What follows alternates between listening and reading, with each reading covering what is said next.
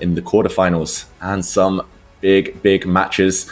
We saw just one playoff yesterday, between Jan Nepomniachtchi and Vidit Gujrathi. Vidit was the one to win, and now we see 4 Indians in the quarterfinals.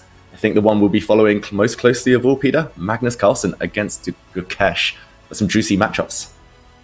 Yeah, absolutely juicy. It's Magnus Carlsen against GUKESH, but all the matchups are very important. We know that the players who win their matches reach the semifinals, and since 3 spots are at stake in the World Cup for the candidates, there is so much tension. Yeah, if you feel like if you reach to the semifinals, then you have such a good chance of qualifying for your big team to the candidates.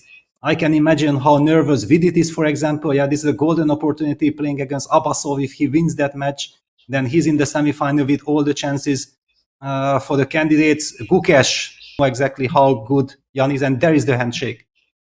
There's the handshake. Magnus Carlsen just beats the bell here. He gets into the playing hall a few seconds before that clock ticks to 0, and I think we'll see the first moves any moment. There we go. We're off. The quarterfinals in the open section has begun. GUKESH, he's been very impressive himself. He's been quite versatile in the openings, and he starts with D4. Magnus, do you think he's going to show a lot of respect to his young opponent here? Play something super solid? Well, I'm expecting knight f6, e6. That's kind of almost certain for me, but we know also from Magnus that if you think like, aha, so the commentators think that that's a certainty, then let me try something else. Yeah, I must admit I was having dinner with Magnus every evening in Baku, and he was just talking about how tough it is, especially with choosing openings in classical chess. He was like, oh, I'm blocked here, I'm blocked there, my opponent will force a draw here, my opponent will force a draw there. But at least now he's playing an extremely ambitious opponent, so all of those thoughts can go out of his mind. And he's had a rocky journey himself a bit, Magnus, especially against Vincent Keimer. I think it's time. Yep, there we go. Knight f6. Time to go knight solid. f6. Also, what I noticed that Magnus usually always jadubs his pieces first, but he jadubs the piece with which he will move. But it's kind of funny that it looks like he will play knight f6, but then he jadubs everything. And bishop f4, well, that's a surprise. That's the London. Wow, London system from GUKESH. I haven't seen him employ that for a while. I know it's in the arsenal, the repertoire of every top player these days, but Magnus, he's one of the main proponents of the London. Bit of a surprise here, gotta say. Yeah, and look at his reaction, Magnus's reaction. Yeah, this is certainly something that he did not expect. One thing that truly impressed me, apart of the Indian youngsters being very strong everywhere, but that they are so incredibly versatile in the openings. They are super deeply prepared everywhere. They can play e4, d4, c4, knight f3, the GUKESH Prague. Now also Vidit started playing e4. That wasn't also his main repertoire before. Just they are so strong. Yeah, so strong, and just incredible memories to kind of understand these nuances so deeply in every single opening. I know Eric Geisy was playing the London system a lot recently, and Magnus, how will he reply? He normally replies quite classically as black, I think, here as well. Quick d5, e6, bishop d6. But yeah, we'll see. It's definitely thrown him off, this unexpected London system from GUKESH. Wow, yeah. I mean, we shouldn't read too much into the opening. Of course, Magnus will get a playable position, but GUKESH just showing no fear at all here. I was in London yesterday, so maybe this is in tribute to that as well.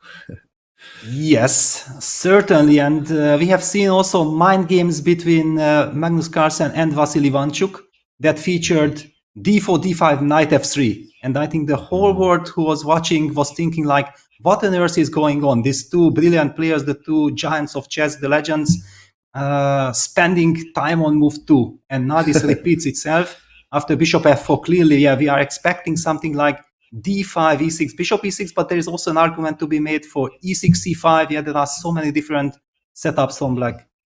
Yeah, different setups, different move orders.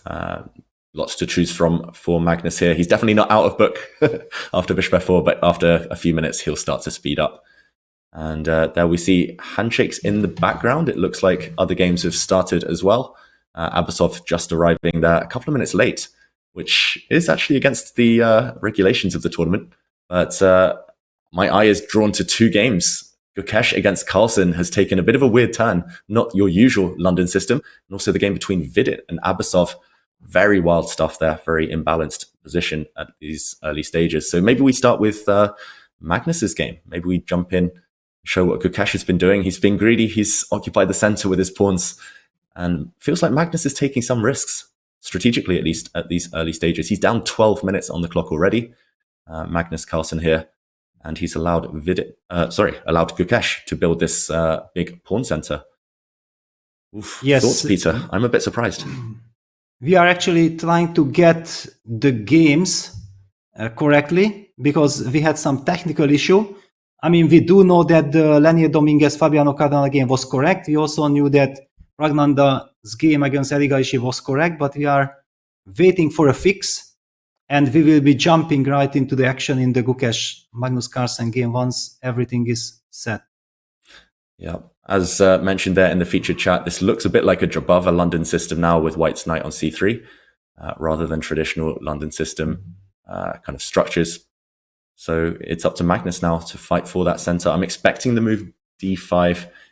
He needs to do something. Maybe we can backtrack, Peter, and just show an action replay of the last few moves, show how we got here.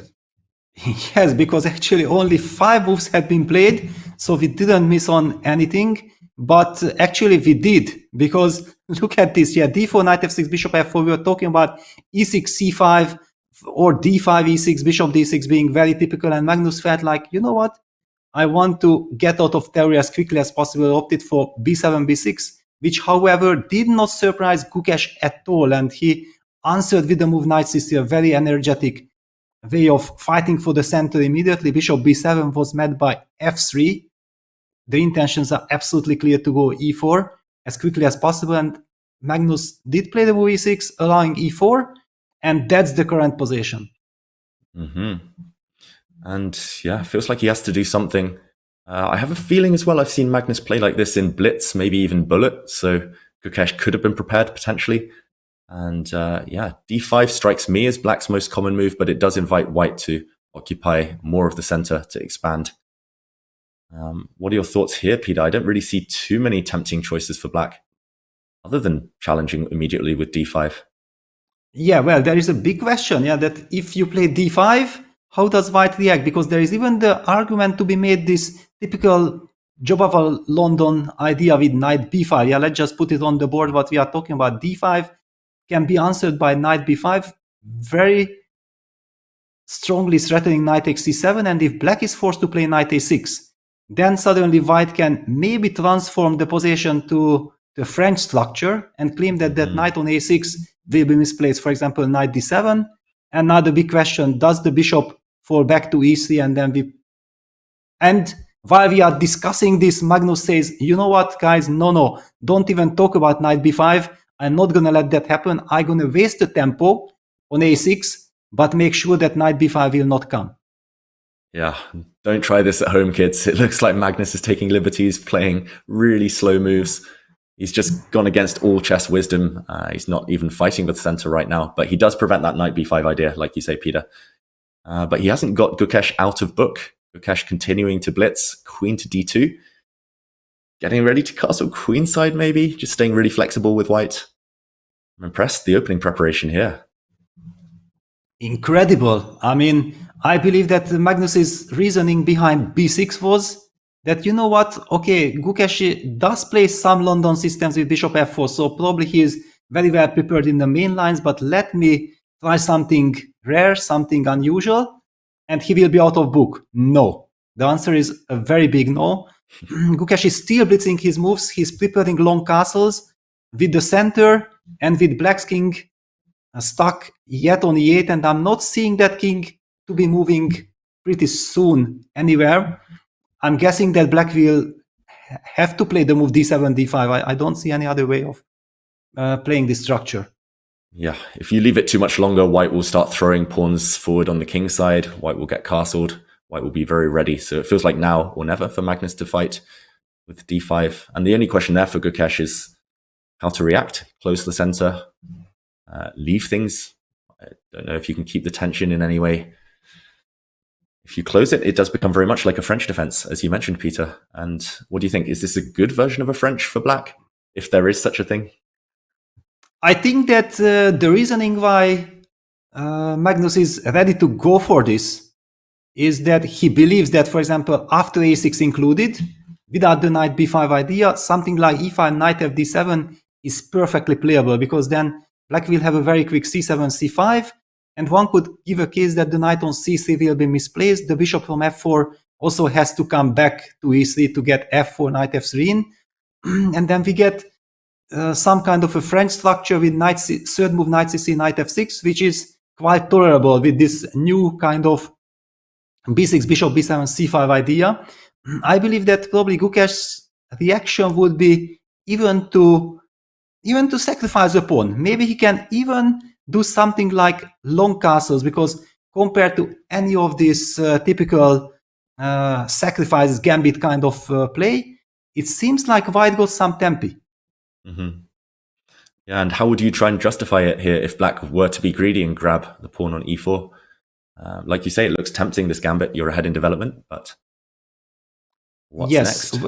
Well, I mean, if we talk about the gambit like fe4 and black taking on e4, let's just discuss this position first. Yeah, so takes, and then, okay, something like queen e3. Yeah, targeting that bishop, making sure that we also get access to that king. I don't know, maybe the queen goes to g3. If black falls back with the bishop to d5, I might be tempted to try something aggressive with c4. The problem what I'm seeing with white, that it is not so easy to sacrifice this pawn, because after f takes e4, knowing Magnus, for example, a move like bishop b4 could be a very flexible move and a very annoying move for white.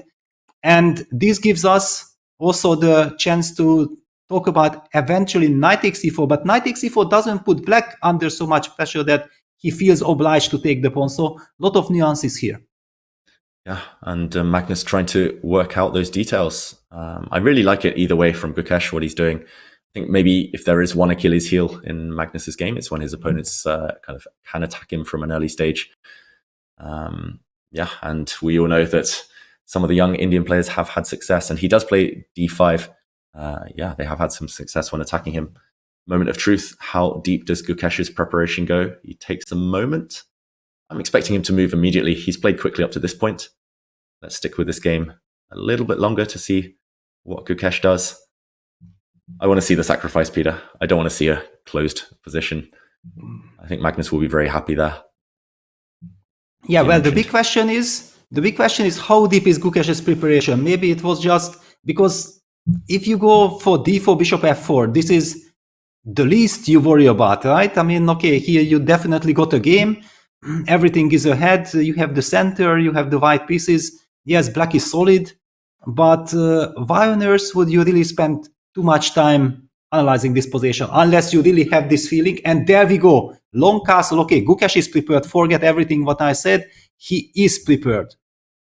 Yeah, for sure. I think he was just plucking up the courage. He took 10, 20 seconds and he was like, okay, I'm not going to get this opportunity again to take down Magnus. Castle's queenside, pawn sacrifice. We like it. And yeah, actually that structure you mentioned, Peter, with closing the pawn structure. I was at a training camp recently and Magnus himself was kind of giving a talk. Prag was there. Yeah, Sadwani, some other really strong players were there. And he was saying basically that structure, if white were to close the center with pawn on e5, it's basically a King's Indian, just with the board kind of flipped. So the king side being the queen side, this structure. And yeah, everything's pretty much in King's Indian position, just pawn break, easy play for black. So I think this is a really good strategic choice from GUKESH. And yeah, after castle's queenside, I think we have to investigate what's going to happen if Magnus does grab the pawn. Or maybe we leave him to think because it's a big decision and that would be the most logical path to continue. Yeah, I think that Magnus definitely will take his time because he's certainly not prepared. And if GUKESH would have spent time, he would have shown some uncertainty, yeah, that he isn't familiar with the position. Then it would be so much easier for Magnus to make up his mind. But knowing that he's probably very much in his opponent's territory, I don't see him grabbing the pawn. That's basically out of question. The big question is, does he have a solid alternative? And I'm looking at the position, and I do see that the computer actually mentions that b6, b5 is kind of a clever move.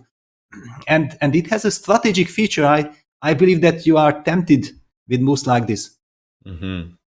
Actually, this would be maybe more Magnus's alley because he keeps things closed, he keeps things solid.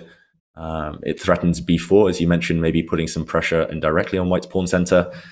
Also, some of those lines you mentioned with White kind of exploding the center and pushing c4 to get d5 in, that will be prevented with this b5 move. For example, knight takes d5 now, and yeah, no c4, so Black's very happy. Yeah, I like this b5. Of course, it's a computer move, not obvious, maybe immediately. I guess bishop e7 or a move like that would be the alternative. But yeah, I don't think I would be brave enough to capture the pawn either. I'd probably look at it for 5-10 minutes just to kind of get over the temptation to be greedy. But yeah, it doesn't feel practical here to walk into the opponent's prep. Yes, and exactly, I think that's why you're also famous of getting into time trouble, right? That you did mention that you would spend like 5-10 minutes just thinking why I can't take this pawn. That's the classical chess, yeah, that we are, as perfectionists, you want to get the answer to every single move, but this actually comes back to haunt you, yeah. Then in time trouble, you already don't have time to spend so much time. What is your take on this? How do you like your time management? Oh, Peter, I hate my time management, especially now I'm getting a bit older and the adrenaline pumps a bit less quickly and it's harder to make decisions. We were talking a bit before the show about my World Cup, and I was pretty much eliminated by Wang Hao in the playoffs because I spent too much time in one of the rapid games, just making kind of decisions between 2 or 3 roughly equal moves because I wanted to choose the best one. I wanted to sit, enjoy, learn about the position. But of course, like you said, being practical sometimes is the best way, and saving 5-10 extra minutes definitely comes in handy. In that game that I was knocked out, I think I had 20 seconds left when I made my fatal error, when I could easily have had 5-10 minutes on the clock if I'd just been a bit more kind of circumspect with my time. So yeah, I think that's what sets the likes of Magnus apart. And these young Indian players, they seem to be really good on the clock, very rarely in time pressure. Yeah, I don't know about you. Throughout your career, was it something you consciously worked on? Well, I mean, time management became also my biggest nightmare, and I think the the reason why I was also losing way too much nerves during the games. Yeah, you are then out of your comfort zone. My wife was going crazy that why is Peter having only 1 minute on his clock on move 25 and he is brilliantly prepared, you know. There are all kinds of scenarios. And finally, it ended up me getting into the commentary. Yeah, because that's kind of, you know, when I feel like I can think, I can discuss positions, I have no time pressure. But yes, over the board, then every single nuance interests you, excites you, and you try to get answer to every single thing. That's great if you are at home and you're analyzing, but over the board, you just can't afford it. Open section. Looks like the games are developing tempo there. Wow, some huge developments in all of them. Yes, gotta say. we have to jump right in there. I guess we should go to the Magnus Carlsen game against GUKESH because that's kind of insane. Exactly. Wow, what happened here? Yeah, let's do a quick recap for those who are only just joining us or have only just joined us recently. It was a London system, but it looks anything other than a London system right now. It started with bishop f4, and Magnus played this provocative setup as black, allowing white to occupy the center. And he was just basically saying, come at me, bro. And GUKESH is saying, sure, I'll come at you. And yeah, after we see Magnus eventually challenge for the center, GUKESH castled queenside, sacrificed a pawn. This was rejected, at least temporarily, but GUKESH insisted. And a3, just again, active, always choosing the most energetic response, and now d5 by GUKESH. And look at the clock times as well. Players have started to tank, have started to think finally, but GUKESH, is he in preparation, Peter? d5 played, opening up the queen, and after knight takes d5, queen takes g7. Looks hairy, looks scary for black. Yeah, but I think that GUKESH did slow down at some point, probably after bishop b4. And yeah, Magnus goes with queen f6, basically forces the queen trade. Yeah, that's excellent news for black. The bishop on f4 is hanging. That's why there is no way for white to avoid the queen trade, and a possible queen trade, queen f6, knight takes f6. With this pawn on e4, bishop on b7 construction, there is a lot of hidden dynamics for black. White's king side is not yet developed. That's another issue. And I do believe that the key line is that after bishop e5, black has the move king e7, protecting that knight. Ah, wow, hang on. So after bishop e5, of course, knight b7 is not possible due to rook takes d7. That's very obvious. But after king e7, the reason why white included the move bishop e5, for example, is that after bishop takes e7, knight b7, there is this nasty little check on d6, forcing black's king back to a8, making also sure that that black king will never be able to castle. Yeah, I think this is going to happen. It's all very logical. We came in at a moment where it looked like GUKESH was starting some fireworks. Magnus has extinguished that with the queen trade, but yeah, I'm still inclined towards white's position, despite the evaluation bar saying level, because again, bishop pair, that line you showed looks like a nice way to just annoy the opponent. But maybe just having this pawn on e4 is actually what's saving Magnus here. His remaining pieces will be quite active. And yeah, white still hasn't developed the king side. It might be tricky to do so. Yes, I just wanted to highlight, yeah, because it's kind of very principled, very natural also. It's very harmonious for black, but it's the best what white can achieve. I guess that bishop d6 check is such a big temptation, then black's king falls back to 8. And again, yeah, this pawn on e4, we can't highlight it enough because it's really the soul of black's position. The reason why black can afford fighting against this monster bishop on d6, because all the other pieces are beautifully placed. Black also has ideas like going rook g8, rook c8. The rooks are in the game. The king on e8 is kind of perfectly safe. It might be dynamic balance. In fact, how does white develop? That's also a big question. If you could somehow put the white knight on any other square, any active square, you'd be very happy. But yeah, right now, this tension on f3, e4 is awkward to resolve. If you ever take, black's knight gets active on e4. Don't really want to push f4 as white. Leave black with a protected pass pawn long term. Yeah, it's tricky. It kind of looks visually appealing for white just purely because of this bishop on d6, but the rest, yeah, looks fine for black. And this is, I mean, this goes back to something Magnus tries to do, I guess, against these younger players. He tries to just nullify them and take the sting out. And I like this. Yeah, I like what he's done. Knight takes d5, queen f6, queen's off the board. And yeah, he's alive as black. Anything else for GUKESH here? I guess this line's pretty much forced. Yes, I don't see anything. And I have to give a lot of credit to Magnus because the situation that we have witnessed there after castles looked quite scary. GUKESH was still in book, was blitzing things. The position looked very dangerous. We were talking about maybe b6, b5 is a stabilizing move, but Magnus came up with a very nice human touch. Like he said, you know, I need to develop. Yes, it's kind of dangerous to give up the dark square bishop in this kind of circumstances, but it's justified.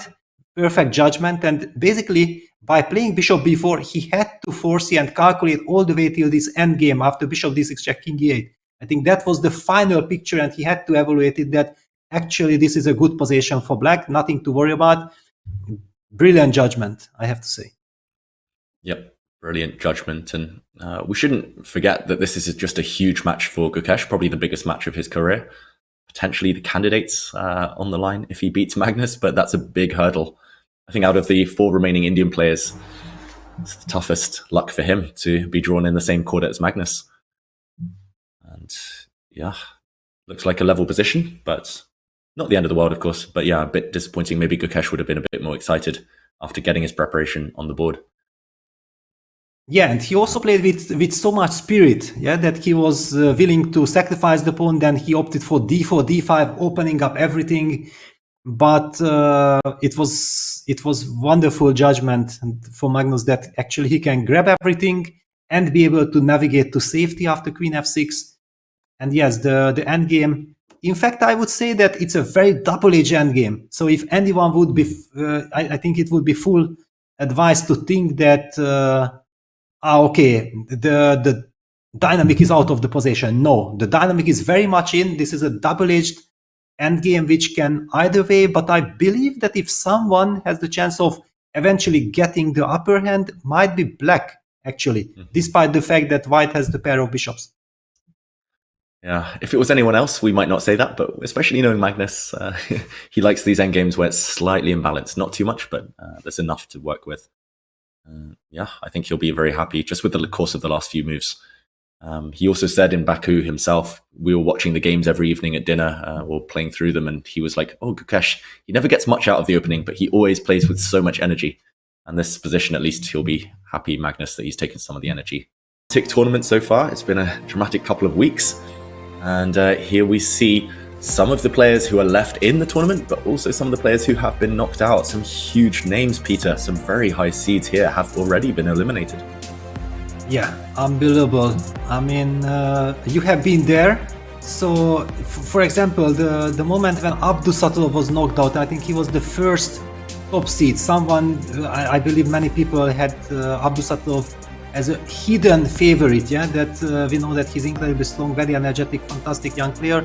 What was the atmosphere there in Baku when people got to know that he exited the tournament? Yeah, I can tell you there's something in the air in Baku. I think everyone was a bit afraid in the early stages. We saw as soon as the top seeds entered in the second round, there was already plenty of playoffs. Hikaru got dragged into a playoff where it went down to the wire, where he was a bit in trouble. And we saw Mamedyarov eliminated early, one of the home favorites. Yeah, it was definitely kind of, there were mutterings, there were murmurings, and there was a lot of fear. So it was no surprise eventually that the likes of Magnus and Fabiano got through to the quarterfinals. But of course, it was sad to say goodbye to some big names. And that's just how things work in the World Cup. That's why it's so entertaining. And we are left with 8 players. Of course, 4 Indian players. We should maybe mention that. Half of the field in the open section from India. Impressive stuff there. The youngsters definitely having their day. And in the women's section, of course, 4 brave fighters left in that one as well. What was the biggest name for you that was the kind of shock of the tournament, seeing eliminated so far, Peter? Well, I think that you very nicely highlighted, yeah, that usually top seeds does not like when their colleague starts to get eliminated, because you somehow feel that the so-called underdogs get the confidence. All right, if that guy managed to do that, look at this. Yeah, he's of course a brilliant player, but he shows some weakness. He's nervous. He feels the pressure, whatever.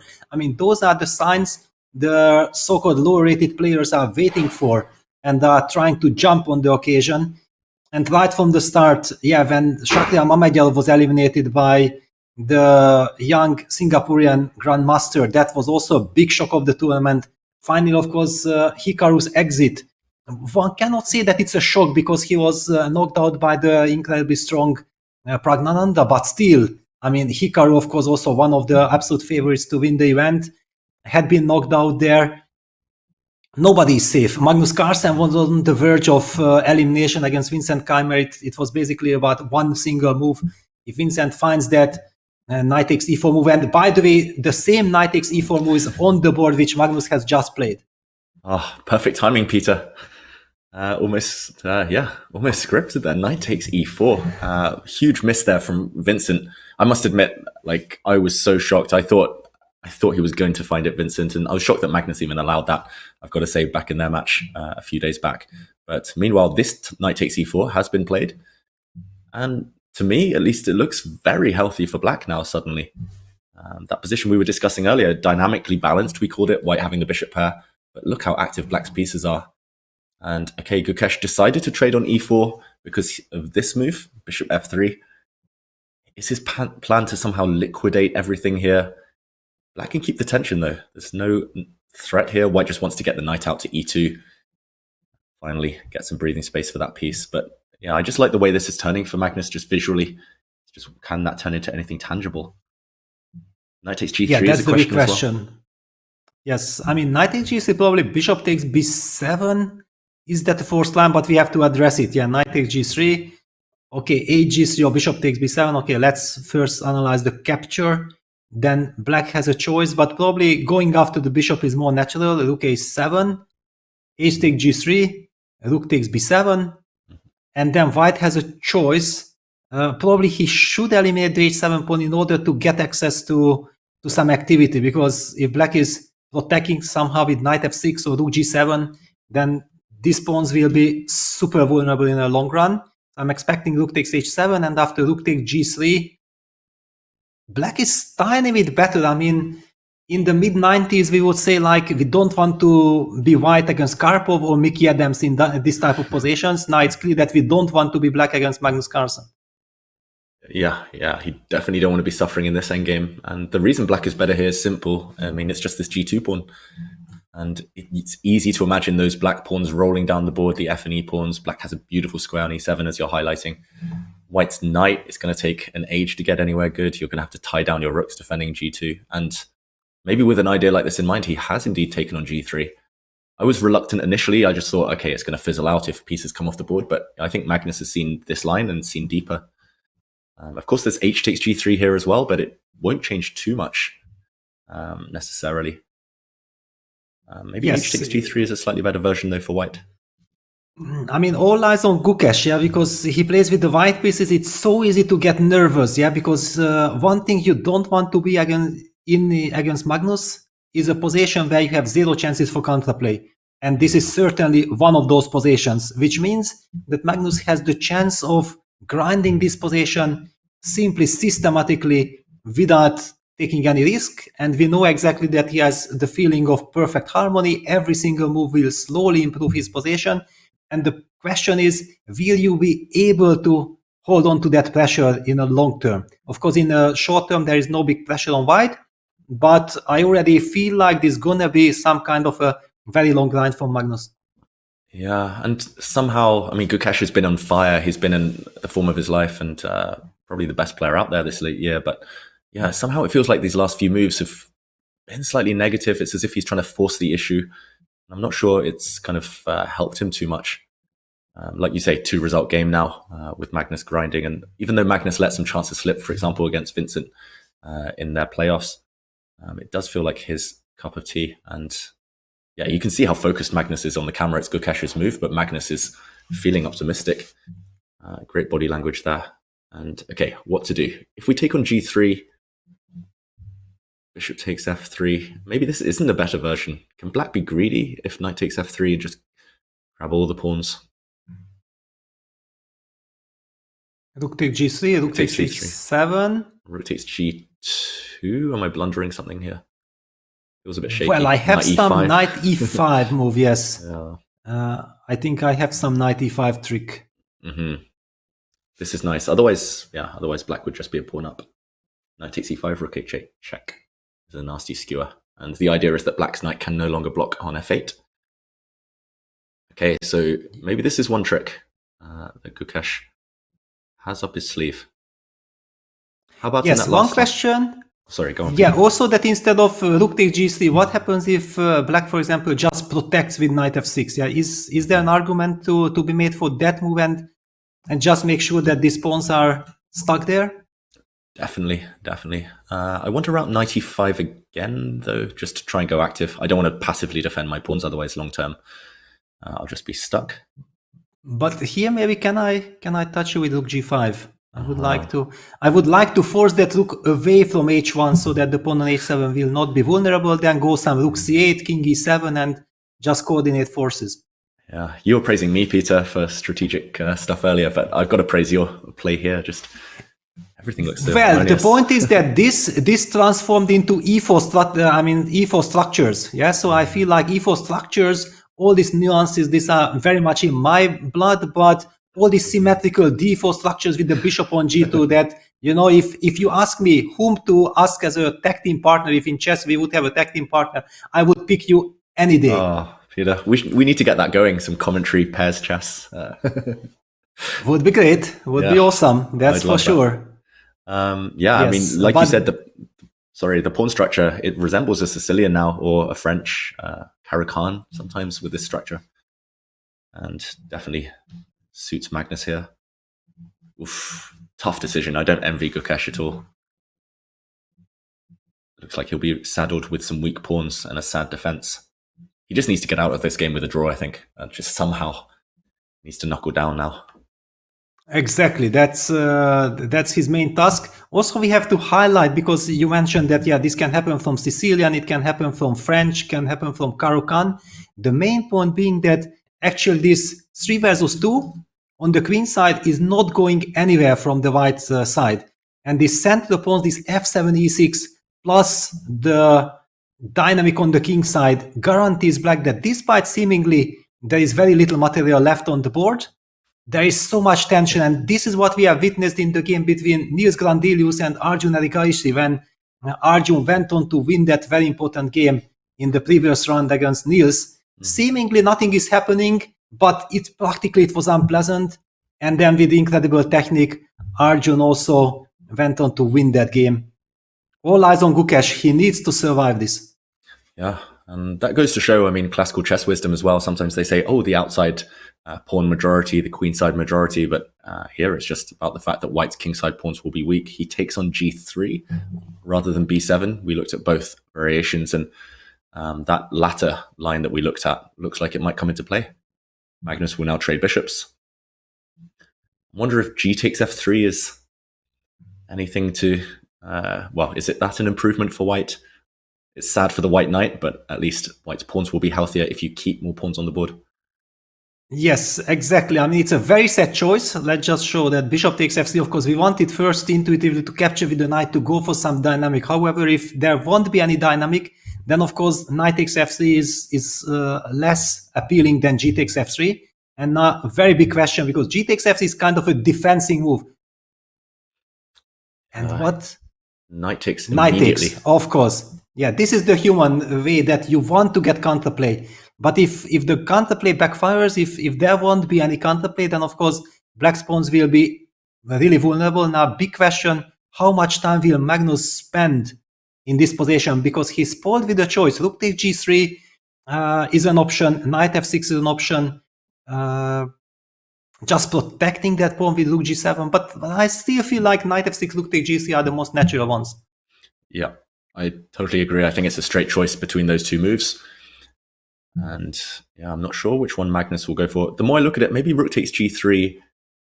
These days, Magnus is a bit more direct than he used to be, where he was maybe a bit more of a grinder and very patient. Now maybe just king e7, unless I'm blundering something. Because again, g2 is extremely weak, and suddenly I'm coordinated, ready to bring the knight round to f6. Yeah, now the big question, is there some tactic? Like, can I play knight d4? Threatening knight c6 check. And if I play rook c8, you want to play rook e1. Yes, exactly. I would like to target this king on e7. Yeah, this is where I know what I want strategically, but making it happen is hard, because these younger players, they'll find all the tricks, they'll find the energy to disturb black's coordination. Two big threats, yeah, suddenly... Yeah, I'm turned off by this variation. I want to play your knight f6 now in the initial, in the position we have on the board. I think Magnus will be inclined, actually, if he can't make the other line work, to play something more stable.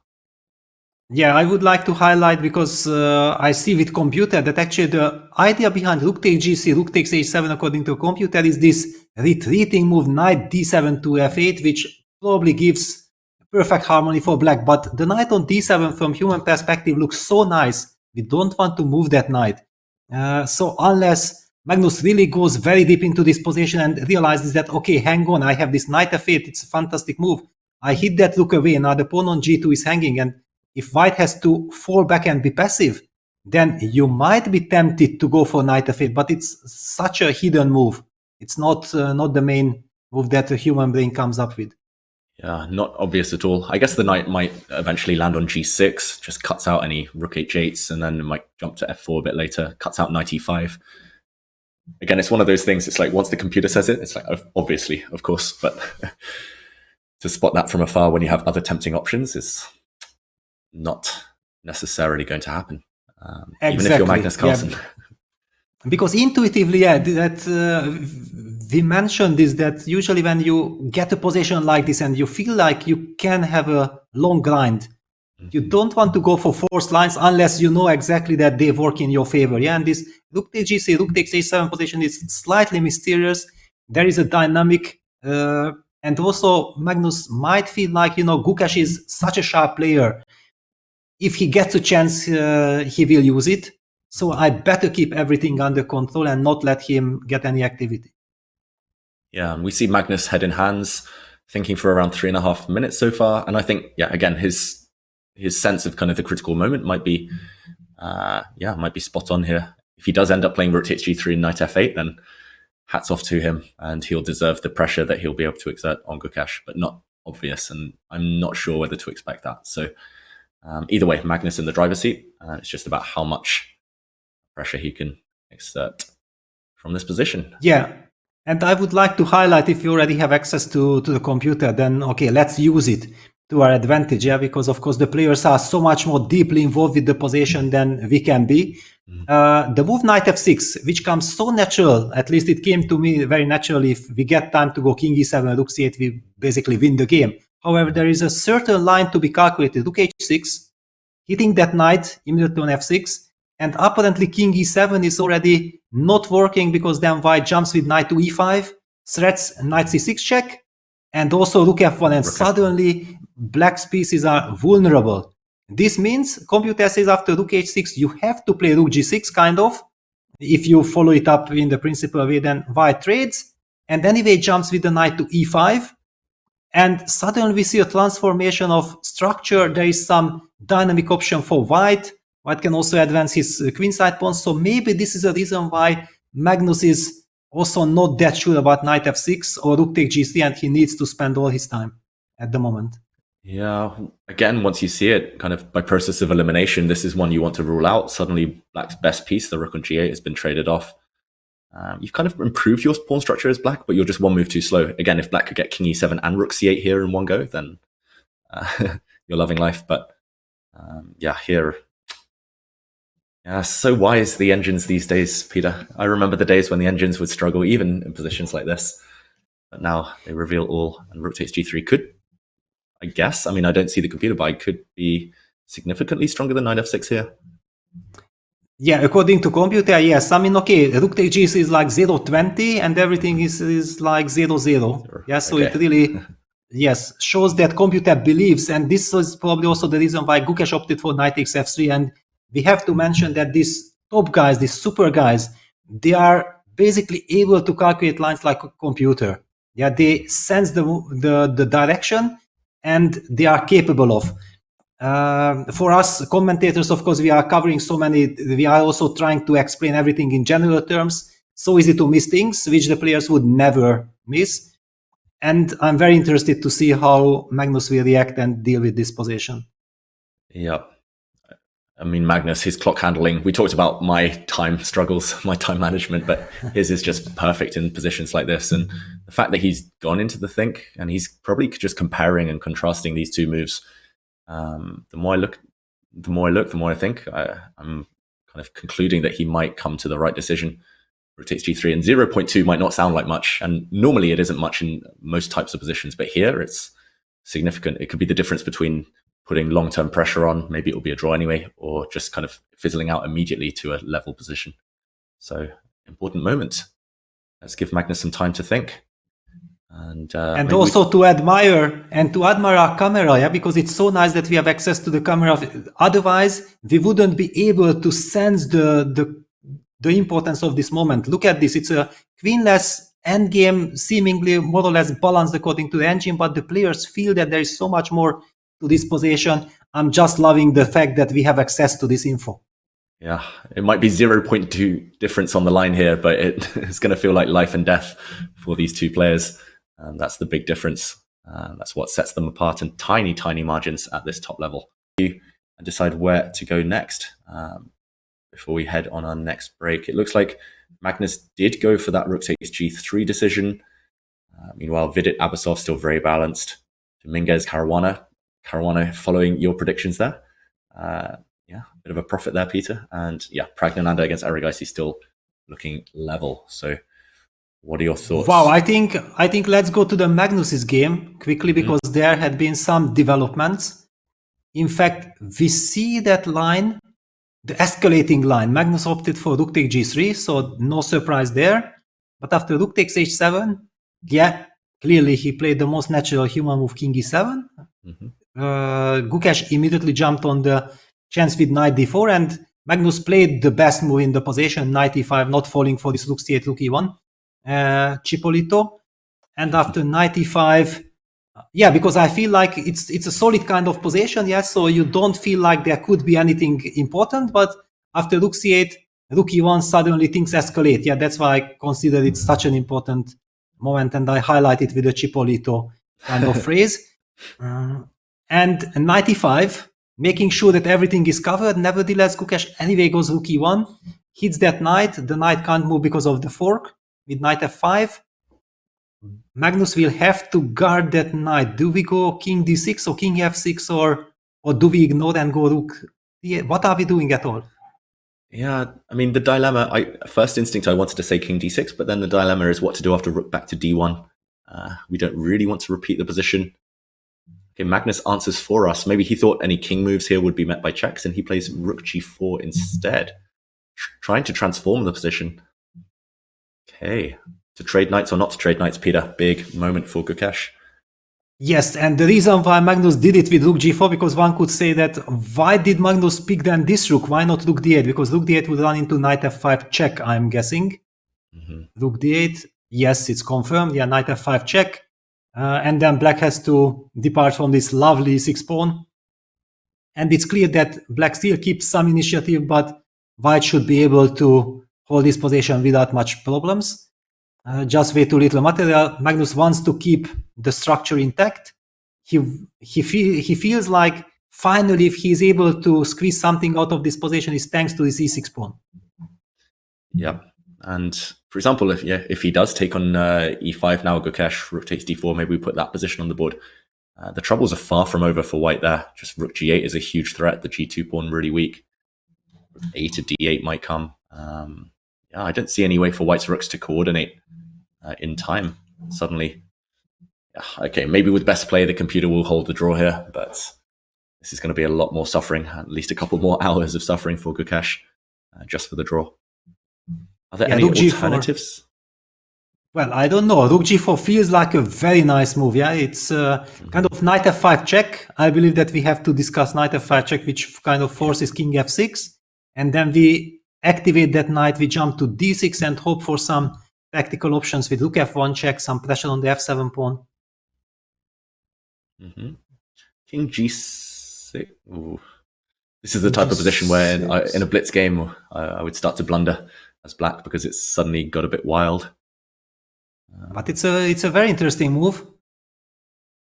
What do I do? I mean, intuitively, I wanted rook eh1, but maybe it does absolutely nothing. I don't know. Let's check it out. Things are hanging together. The white knight doesn't have too many squares either. Rook d8 I was hoping for. Yes, and this knight on e5 is a monster knight protecting back on f7. You want to go rook d8, kicking that knight away. I mean, unless you have some perpetual check. Well, I have a couple of checks, but I'm not really understanding where it leads to, and I'm not that happy because, okay, hang on, rook a1, you can take my knight on e5. King g5, rook h5, but finally you anyway take the knight on d6, and it's not a good trade for me. Again, we are back to this very unpleasant rook endgame. I'll pretend that was part of the plan, but yeah, it feels like it works out for black, just about. Yeah, and one computer line, actually here after king g6, computer was saying that, okay, white should probably just fall back with the rook, and there is a case to be made for f7, f6, just suddenly reinforcing that knight on e5, not allowing some stunning ideas like rook d8. He is met by knight takes f7 according to computer. That's how computer wants to save the position. Knight takes f7, rook takes e6 check, and we sacrifice the piece, but we get access to the b6 pawn, and then we're going to go bc, king b2, rook c3, cement, and we are holding. Cemento, Peter. Yeah. Yes. Looks like a draw in this case. That would be easy to blunder into. That would be easy to miss for Magnus. But at the same time, GUKESH, I mean, he's relying on these types of tactics to work to avoid a load of suffering in the near future, which is not an easy spot to be in. And I think he might just take this knight on e5. It feels like that might be the path of least resistance, but at least it's the path that you know that you can kind of guarantee playable position. It's going to be unpleasant, but should still be tenable. Yeah, I think that would be kind of the old school. Yeah, that okay, I take on e5 and I know it's unpleasant, but okay, I have survived worse than this. I will somehow defend. But it will. I think if we ask Magnus at this moment, if we would have the chance to ask him, he would say, "Yeah, please take on e5." And maybe it's not so bad, but it's not equal. And thank you very much. That's all I need. The lines with knight f5 check put a little bit more pressure on black, and they are risky. Of course, they can backfire for white, but I do believe that these young, energetic players like GUKESH or Pragnanda or all these youngsters have this inner feeling, also the confidence and the quality to navigate these complications much better than the old school guys who are a little bit lazy, and that's why we want to eliminate all the tactical options as quickly as possible. Yeah, my friends do call me Lazy Dave for a reason, so we'll wait that decision from GUKESH here. Will he just trade off knights and go into a slightly worse endgame, or will he start playing for tricks to try and confuse Magnus Carlsen? Meanwhile, let's go to another short break. We'll be back very shortly as we start to approach the time control here at the Fide World Cup in Baku, Azerbaijan. Join us again in a few minutes.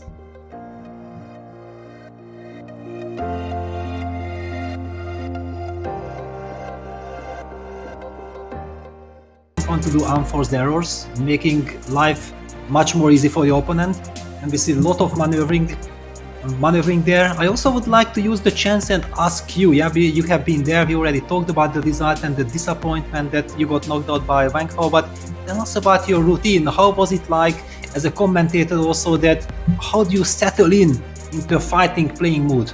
The question is whether the evaluation has changed. Is it still as unpleasant for GUKESH as we were predicting earlier? Now it's only 3 pawns versus 3 pawns, but black is the only one with a pass pawn, the e-pawn. Peter, first instincts here? First instinct is that very dangerous for white. I mean, if white could simply trade the pawns with c4, then everything would be fine. However, c4 is met by a very unpleasant rook g3 check. And basically, I don't know what to do, because giving up a pawn is not what I'm dreaming of. But if I just stay passive, then I don't believe that white can play passive. I mean, just making a... First of all, we can't get c3, c4 going. Yeah, just we cannot prepare this move. This is the biggest problem in white's position. Yeah, you can't prepare it ever, right? Just the rook and or king are going to be tied down. And okay, he plays the move rook to a2. Looks like as good a waiting move as any if he can't push his c-pawn. And whoa, the evaluation bar reacts. I see in the featured chat there, Peter, it says c4 is the only move apparently. Yeah, question mark given to this one. Yeah, computer was highlighting that c4 was the only move, but to my eyes, okay, it was just, okay, very quickly to explain why c4 was so difficult. Yeah, after c4, black gives a check, then computer says, you know what, you have to play the move rook f3, then okay, as human, you calculate b takes c4 check, king takes c4, and rook takes g2, and why wouldn't this double pawns win the game? I mean, the white pawn on b4 doesn't look frightening at all. I mean, evaluating that this is a draw that can only be done by a supercomputer. No human, or not even the little older, weaker engines would be able to get that. That's some super call. I'm completely shocked. And the move rook a2 is the human move, because white wants to create some counterplay against the king, rook a5 targeting that b5 pawn. By the way, Magnus has already played his move. He played rook g5. Wow, mysterious. I guess indirectly aiming to protect his b-pawn. If white does go hunting with rook a5, he'll be ready to push f4. But a miss, according to the computer. We see the definition of a miss. Yeah, he had a better opportunity. King d6 looks very natural and was potentially stronger. Well, the move is natural, but I think we have to highlight the line that white is natural for... I mean, it's good for computer, but for human brain, I mean, what is this? Rook takes g2, rook takes b5 check, king e4. Okay, it's a big race. How do you evaluate that this rook b8, for example, f4, b5, followed by rook f8, is exactly winning for black? It's not easy. I mean, definitely not easy. And Magnus maybe should have sensed the moment to spend more time on it. That's one thing. On the other hand, he looks at the clock. GUKESH is down to 10 minutes. So he was kind of tempted to just make a move, a nice prophylactic, as you pointed out. Rook a5 is met by f4, pass the ball back to GUKESH, and the position is still looking very shaky for white. Yeah, I think great practical decision. The other one, maybe Magnus realized it was strong, but at least GUKESH's moves would be immediate. He has no options after king d6. He has to go for that race that you highlighted. So GUKESH would easily have made move 40, and for Magnus, it's a gamble. It's like, objectively, if it's winning, great. If it's not, then he's kind of blown it, or blown a big opportunity. Now, I don't see any natural moves for white still. This just looks, from a practical point of view, almost hopeless. Exactly, and that's why also Magnus played the move rook g5, which is criticized by the computer, but might be a practically easily winning move, according to the computer, because I would not be able to navigate myself, so I have to rely on computer. Rook a5, f4, so falling into black's idea, and now it's very important that you start bringing the king back. You kind of provoke that f5, f4 move, so that white's king will have access to some squares, and after rook takes g2 check, king dc, rook g5. This is still, I think, within the reach of the player's calculation. And something like king e4, rook f5, and just start checking. I mean, this just start checking is, I think, so difficult, because humanly it would be so tempting to stop that pawn with king f3. However, king f3, king d6 is a resigned territory. Just goes on to show that how mysterious and difficult this endgame is. That is, wow. I mean, this line, if GUKESH finds it, hats off to him. He will deserve the draw that he might get. But this is not easy, to give up a pawn with check in a rook endgame, to give your opponent two connected pass pawns, and then to be accurate enough to check your opponent at the right time. I mean, he's walking on a tightrope here, GUKESH, and only 8 minutes to make 6 more moves. Oof, I don't know. I think even Magnus himself here, if he were white, would struggle to find that one. I guess process of elimination is the only way. You don't have anything other than rook a5 here, pretty much. But yes, yeah, to calculate that and to evaluate it is tough. I think this is the point, yeah, that however, usually if you have a lot of time, you have chance to eliminate options. Yeah, GUKESH does not have this luxury here. He already has only less than 8 minutes. He has to make up his mind pretty soon. On the other hand, because of the 30-second increment, if he feels that this is a decisive moment, then he has to burn maybe even all his time. Even if he makes a move with 30 seconds on the clock, but he understands that this is the only direction and relies on the 30 seconds increment, it's worth it, because just one rushing move will lead to total disaster, and it does not matter if you have 10 minutes, half an hour, 1 hour, or just 1 minute on the clock. Also, a lot of nerves, because we know exactly that the players want to get to the semifinals in order to qualify for the candidates. And it's clearly GUKESH had been on fire recently, certainly eyeing that opportunity. But if he loses this game, then he will need to win on demand with the black pieces against Magnus Carlsen, which is basically almost like impossible. So much pressure on him. He has to hold this game at all cost. Yeah, golden ticket for the candidates is the big prize. Of course, lots of money at stake as well. But yeah, it's just getting to that semifinals that's in GUKESH's mind. But rook a5, he needs to play it. We should mention to the viewers, anything else is just passive. If you wait with the white rook on the second rank, black will slowly improve the king, slowly start pushing his pawns, and it's like a slow death.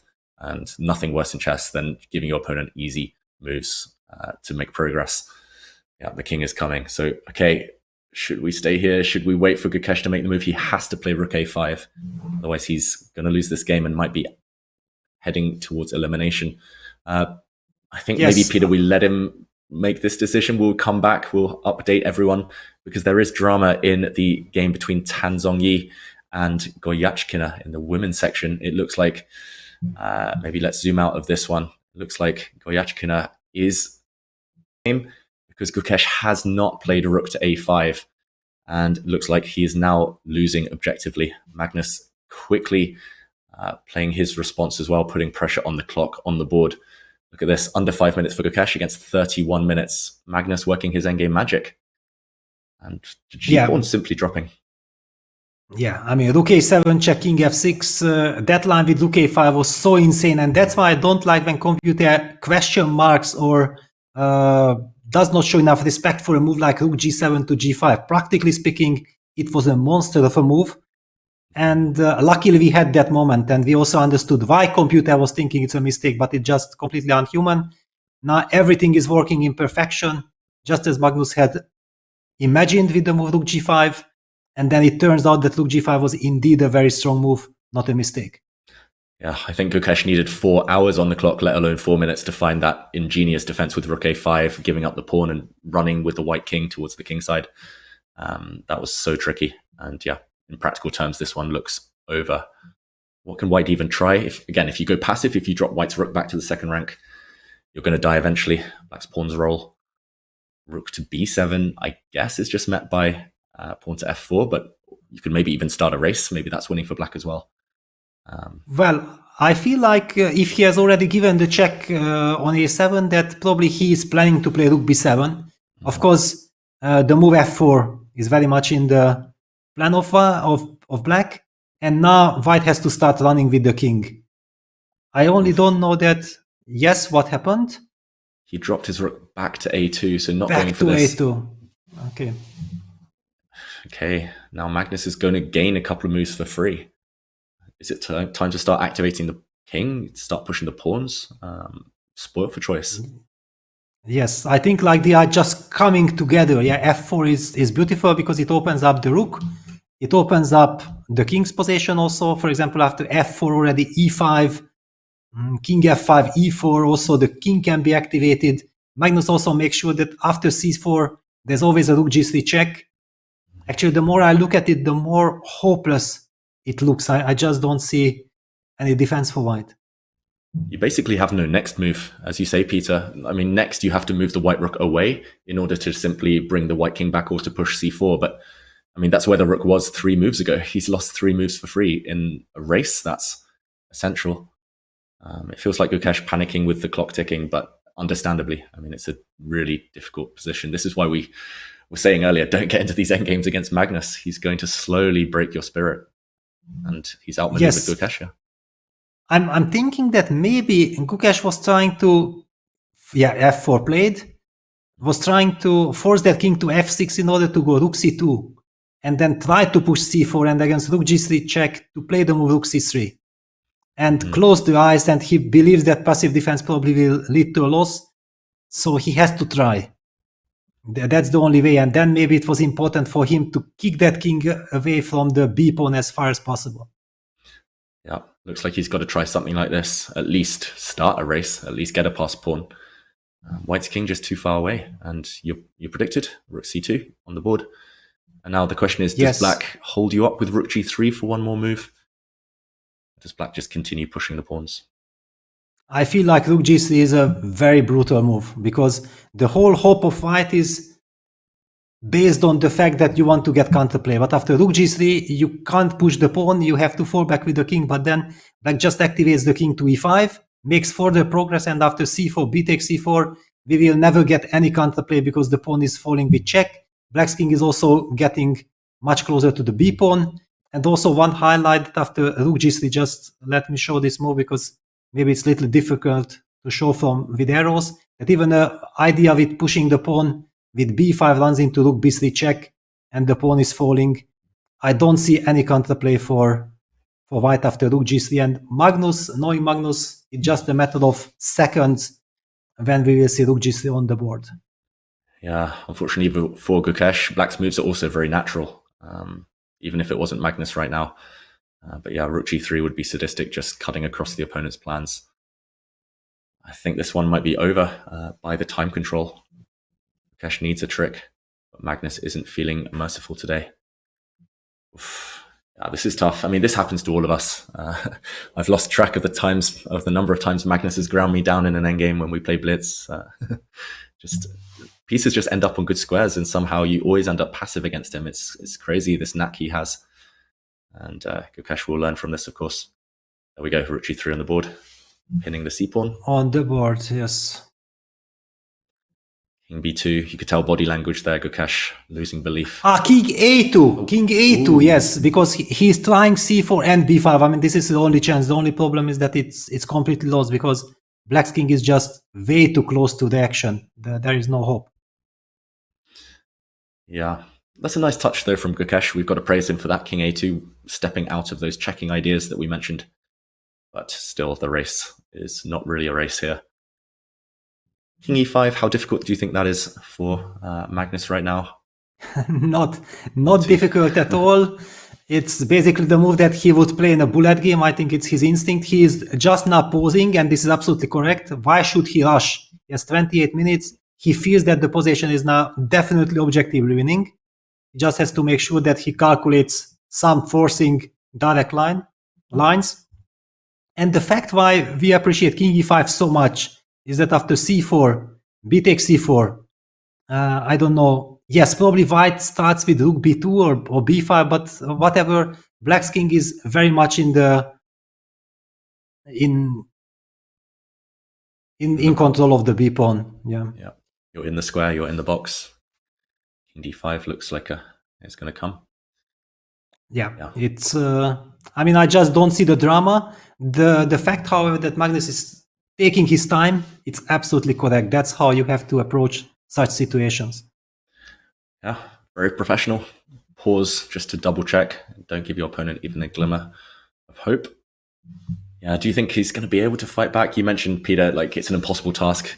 Nearly nobody has ever done that on demand against Magnus with the black pieces, but he's got a belief. GUKESH, he's done it before. He's beaten very strong players with black pieces.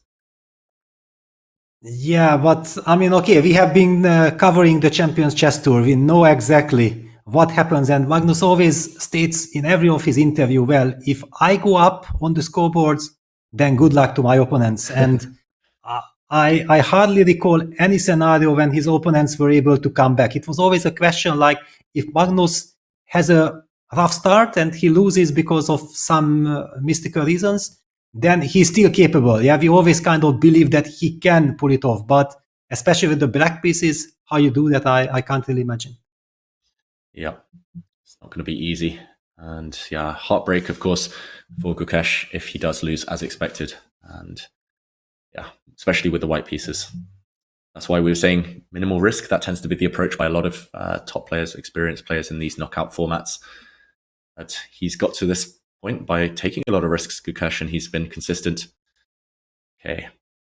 What do you think, Peter? Should we stay here till the end? Should we check in on some of the other games? Well, I feel like I think king e5 is like the final ceiling move, and probably Magnus will play that move pretty quickly. Now his body language, but you might know him better than me, but to me it looks like he's about to make a move. Yeah, let's wait for Magnus's move. If he plays king e5, I think we can write this one off as a win for black. Just black's king doing dual purpose work there. Anything else? Does white get a chance? I mean, well, probably not, but then there is something to calculate at least. Yeah, at least that would open the door slightly for GUKESH with his potential past b pawn there.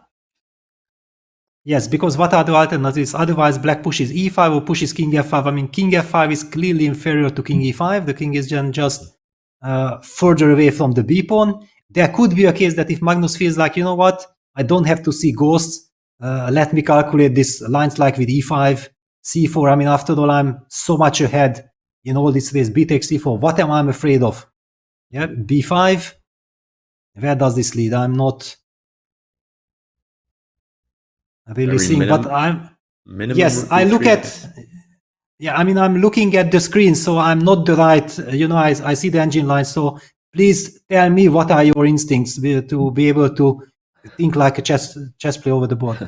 I mean, I agree. King e5. I mean, it's kind of textbook rook endgames. You activate your king, you kind of prevent the opponent's counterplay.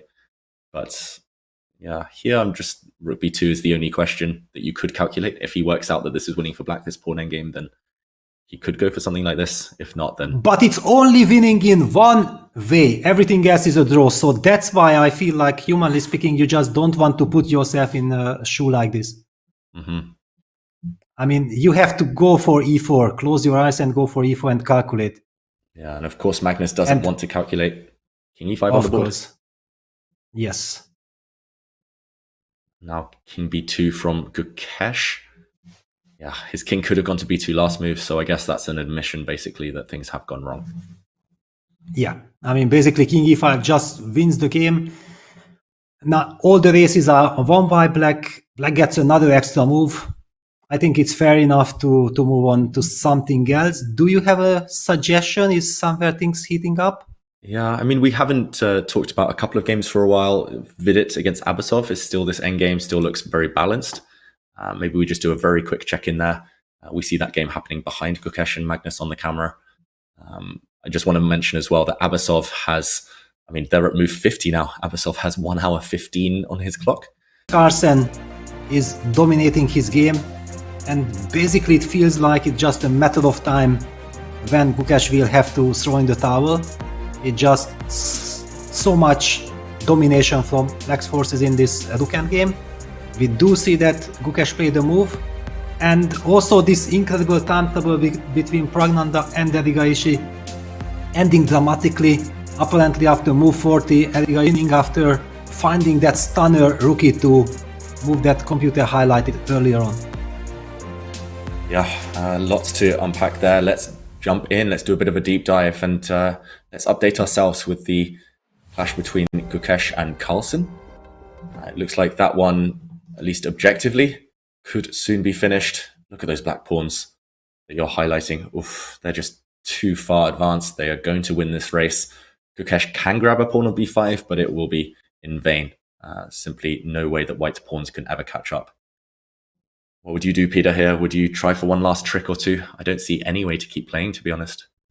Yeah, it's basically heartbreaking, yeah, that GUKESH, who has played a wonderful World Cup, I mean, he hasn't been in any danger whatsoever. He got into such a hopeless passive Rook game, yeah, and he can't generate any counterplay. Yeah, he finally takes on b5. He had to do it. I mean, just sit and wait is equal to resignation. But Black's pawns are just way too advanced. The pawn on g2 will fall as well. Hang on, by the way, after Rook b8, can Magnus even make a cause of just pushing the pawn to e2 and follow it up with Rook e3? Yeah, I think that pawn is about to queen unless white runs back with the king, but that's going to lead to disaster anyway. Yeah, maybe we put that on the board. Rook b8 would be met by e2, and that's just game over instantly. Yeah, that's the highlight. Rook takes e3, f takes e3, and Black's e-pawn queens. And e3 on the board. Yeah. And GUKESH gave a check. He gave a check. So he's forcing the black king away. But I don't think this will help Black's king advancing. Well, now he can at least play the move Rook b8, because after e2 he has a check. But, I mean, simply, it's also not obligatory for Magnus to just rely on that idea, yeah? Rook b5 check happened, okay, king e4 will follow. Yeah, Magnus already in blitzing mode. Yeah, I think both players know the outcome here. It's just going through the motions. Rook b8 finally on the board. He's going to try and stop Black's pawns from behind, but Magnus can grab on g2 here. Not sure what the most practical, the most professional way to finish this one off is. Well, e2 is possible, yeah, because after Rook e8 check, king d3, Rook d8 check, we simply have this typical king e3, Rook e8 check, king d2, and then finally we get access with the bridge on the third rank. Zigzag. Yes, and if white sacrifices on the e2, then we also have this monster pawn on f4 to decide the fate, but it's up to Magnus to decide which direction he goes. Everything seems to be winning, just picking up the pawn on g2 as well. Yeah, I think we'll stay here just to see how the world number one finishes this off. I think e2 is the most direct, it's the most kind of clean way right now. Unless, yeah, I was going to say e2 unless there's king c2, but just playing for tricks. But Black can play rook to e3 there. And let's just show this, yeah, e2, king c2. e1 queen would be a terrible mistake, might even turn in white's favor. Okay, maybe Black, thanks to the activity, can make a draw, but definitely you don't want to do that, losing a queen just like this. But the problem is, after king c2, Black simply plays the move rook e3, making sure that the e file is blocked, and there is no way to stop the pawn. Yeah. Might as well play one last trick, force the opponent to be a bit accurate, but Magnus has a bunch of time on the clock, and e2 is indeed on the board. GUKESH, is it time to extend that hand? Is it time to resign? Or make this one more move, king c2, rook e3, and then resign. Yeah, that's possible. Yeah. No, it's been a tough game. I mean, ever since the opening, which we were praising him for, ever since that kind of led to this slightly slower endgame with the imbalance and black with a better structure. I mean, he's not made any blunders, Gukesh. But there we go. He does fall to defeat. Magnus takes the win and only needs a draw with the white pieces tomorrow to progress to the semi-finals. Yeah, What a very result. smooth. Yeah, what a win by Magnus, and what a smooth victory. I mean, after the opening, after these first 6-7 moves, if somebody asked me my honest opinion and we talked about it, I would have said Magnus in a lot of danger. I mean, Gukesh was in a brilliant form. He was trying to grab the initiative, and the way how Magnus handled that situation with his bishop b4, taking it on e4, making sure that he has everything under control, able to trade queens, that was really wonderful play by him. Yeah, wonderful play by the world #1. Practical play as well, just taking the sting, taking the energy out of the game and using his experience there. But another big fight tomorrow. Gukesh will come out all guns blazing despite having black. So this one isn't over. But it's our first result of the day in the open section. And still plenty of action left. There we see Magnus just taking a glance at the clash between Fide and Abbasov. Peter, should we check out some of the other action? We're predicting at least 2 more decisive results here.